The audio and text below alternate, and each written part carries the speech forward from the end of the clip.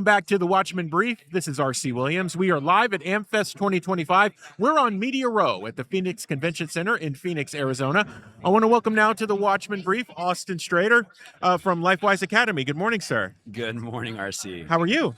I'm doing good. I'm very honored to be here. It's a blessing to have you on the show. We were trying to do it yesterday. You know how God works? Yeah. He makes sure that everything is in place for his will and his way. And I'm glad we get to do it now because it's quiet enough in here where we can get the story. And speaking of which, talk to us a little bit about your background and about LifeWise Academy. And then I want to get into some of the other stuff that's going on with you guys now. Yeah, absolutely. So LifeWise Academy, we bring Bible education to public school students during the school day. And so it's not an after school program, before school program, but actually during the school day. And so LifeWise Academy found out about this incredible thing called release time religious instruction. It was a Supreme Court ruling in 1952, back when all of God was being systematically removed from our schools. And that Supreme Court ruling was Zorak versus Clausen. And what the ruling was essentially was that as long as kids were being taught the religious instruction off of school property, it was privately funded, didn't use any school resources, and that it was parent permitted, then we can technically teach the Bible to public school students. And so we kind of begs the question, why is no one doing this if this has been around for 70 years? Aha! So we tried to start our first program. We found out very quickly the cost is high. There's a lot of hurdles. But when we launched our first school in 2018, what we saw was 95% participation from the school. 95% of the kids said, we want to learn the Bible during the school day. And that's when we said, we've got to make this available for everyone in America. Let's get rid of all the hurdles, create a plug-and-play structure that any community that wants Bible education in their public schools can have it. And that's when we founded our company, LifeWise Academy. You know, Austin, it's amazing to me what you said about the fact that for 70 years, this rule had been around, that you can do it. And I think to some degree how the devil works, right? He pushed it out of schools. And then people just capitulated to that. And then it was almost like, well, yeah, but you can't really do it. And then like they just try to gloss over it. I think that when innovators and groups figured these things out, it kind of goes back to why we do what we do with Watchmen Action. This isn't a plug for Watchmen Action, but again, we have another guest and another organization that instead of like talking about it or just sitting there and pondering it, it was thought about. It's like, wait, this is a thing. And then action was taken. Yes. And we see the results of that. You guys took an action. You found out 95% of the kids want to do it. And you're like, wait a minute, we got to go. Like, we got to get moving. And whatever it takes to get that done, that's the other part of it, right? Is that if we're willing vessels, I was having this conversation with Lance Wall now. Yeah. And there's something about being willing vessels and submitting to God to do those things. And I think that LifeWise is another example of what happens when you're in submission and you don't worry about how. You just do what you're told to do. I think you guys are living that out. It's exciting to hear that. So can you give us some like basic nuts and bolts of how the system works? Yeah. So essentially, if there was a school or a church that was wanting to have a LifeWise Academy religious or release time religious instruction program in their school, legally how to start that is that there has to be what we call a signature campaign. 50 people within that school district's community have to sign a petition saying, yes, we want Bible education in our school district. After that 50 signatures is captured, that's when LifeWise will come in. We will help start a steering committee, do kind of a grand kickoff party, start to raise the funds, recruit the talent, train, equip, give them the template and roadmap on how to start this. And sometimes in as little as 16 to 20 weeks, we can start up a program. So usually if somebody's finding it out and, you know, the spring semester, then we can be able to launch by the fall semester. That is amazing. But see, again, doing the job and getting a quick turnaround, like in a box. Yes. You know, one of the things we say is 4 hours or less, we can have anybody or any group trained and ready to advocate for their issue, right? Because, and I think you guys encounter this too, which is why your system is structured the way that it is Juliana talks often about the rubber chicken dinner. People go to a dinner, they hear a speaker, they have a bad rubber chicken dinner, they're excited for a minute, 12 hours later, they've forgotten about it. 30 days later, they're back at the same dinner in the same seat, wondering what happened, Yeah, because there's no action, exactly. and there's no speed or urgency to that action. And I love the fact that you guys have figured out how to systematize that, because with that, you are more than a reasonable amount of time to get someone from, hey, I found out about this, to actually doing it. That's amazing.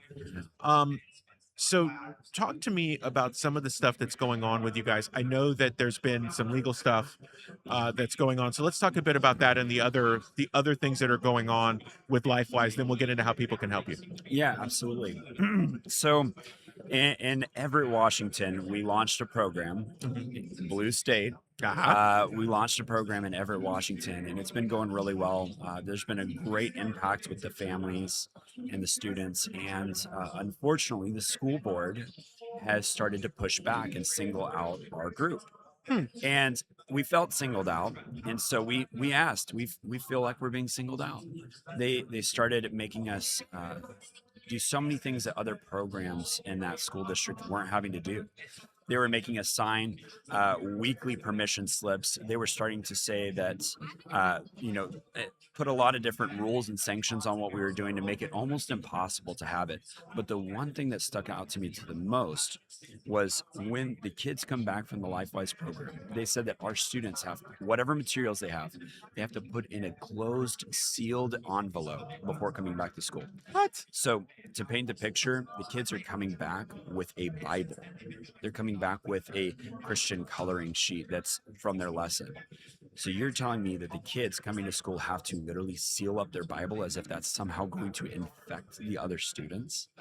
And they've made it so difficult and so challenging that we said we've got to talk about this. We tried to handle it cordially, handle it the Christian way.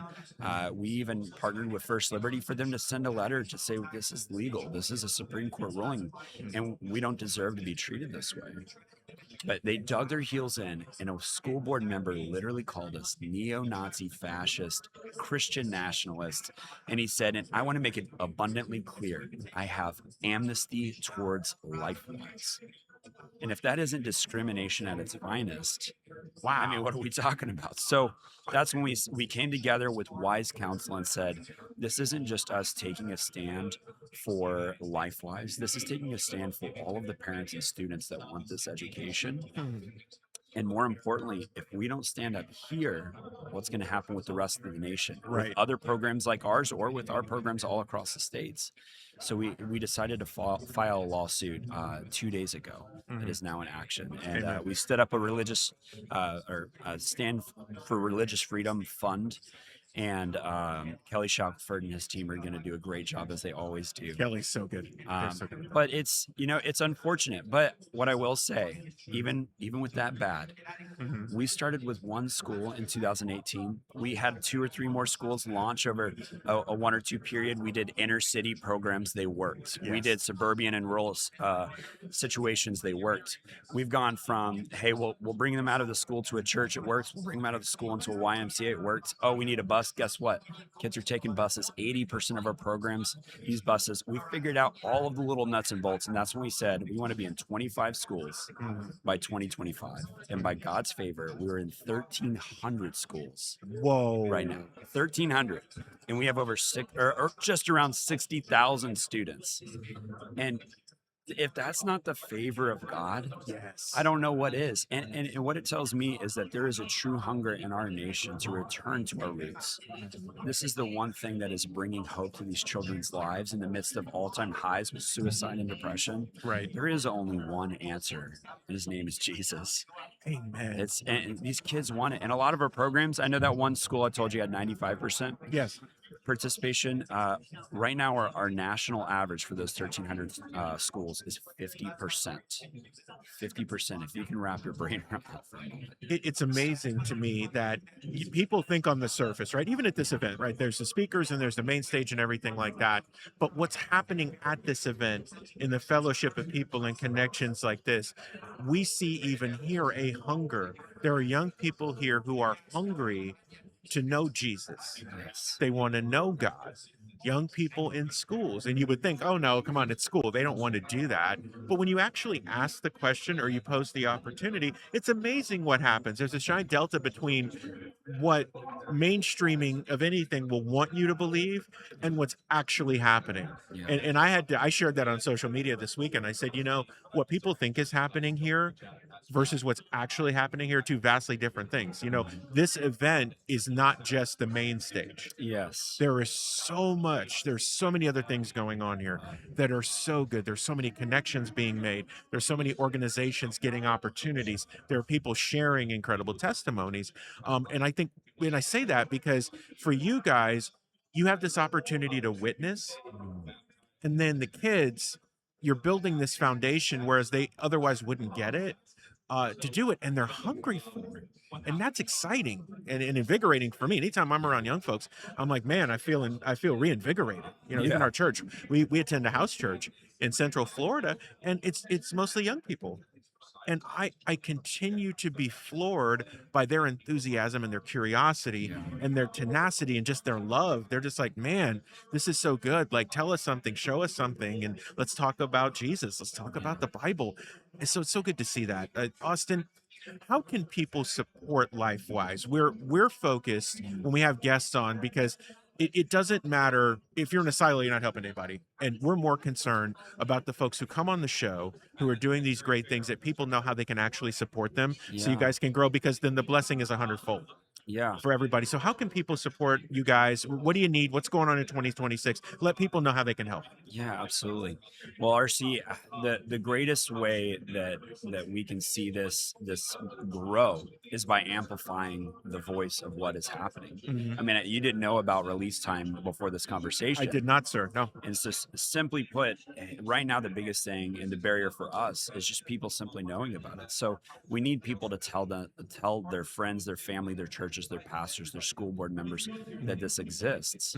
And then God's going to put it on people's hearts. Who is going to step up to the plate? Whether they are connectors, donors, advisors, we need business people to help advise our growth in their local community. Right. We need people that'll step up and be teachers. We Right. need pastors that'll say, we'll open up our church building. And right now, if you went to lifewise.org, you can start by clicking on the little drop-down menu and click Find My School. The best way, like I said earlier, is starting with the petition, that interest and signature campaign. So you could search your school on lifewise.org, Find My School, and type in your school name. It'll show you if there's one signature, 50, 500. And let's say if there is 50 already, it'll actually show you in what progress. Amen. Like the Domino's pizza tracker. Yeah, that's good. Not a plug for Domino's. But it'll show you what progress has been made, so that you may be at the part where it says we're needing to form a steering committee, and you know that the Lord puts that on your heart. It may be in the fundraising stage where it goes, hey, we need to give, because the cost of this is very, very high. Yeah. But we also asked ourselves, what is the cost if we don't?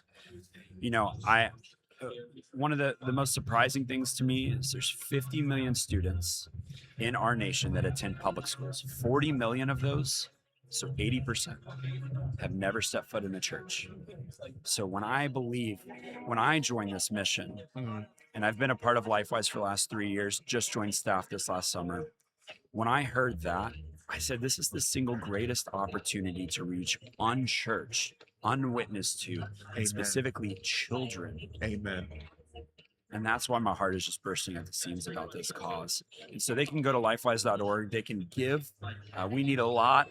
Yes. But sometimes even when people can't give financially, it's those connectors and advisors that we need so much. I'd be happy to come out to their church, hop on Zoom calls, get panels together, whatever it is. If they are on fire for what LifeWise is doing, wanting to get Bible education to kids, then we're all about it. The other thing is we just released a movie. Oh, yes. So yes. off-school property. We just released a film just 2 months ago in theaters. It went wildly successful. People are ranting and raving about it. The movie and its premise is essentially what has happened when God has been removed from our nation's schools. It talks about the impact of the Bible and the impact of God on all of our Western civilization, on all of our world, and you watch it crumble away and watch the effect of when it was Wow. removed. And at the end, we say we have a viable way So to good. bring God back. And it is a plug for LifeWise, but it's a movie that's going to leave you so much hope about where our nation is headed right now. And so, yeah, you'll have to go see Off School Property on Angel Studios app, which is wonderfully bringing our movie onto their app this January. So just in 2 weeks here, it will be out for them to watch publicly. Austin, this is so good. This conversation has been so good. Thank you for coming on to the Watchmen Brief and sharing with us what's going on with LifeWise. Thank you so much. It's an honor to be here. Amen. So, guys, we're live at AmFest 2025. Make sure to support LifeWise Academy, lifewise.org, correct? Yes, sir. Lifewise.org. So, guys, we're live on Media Row. We will be right back.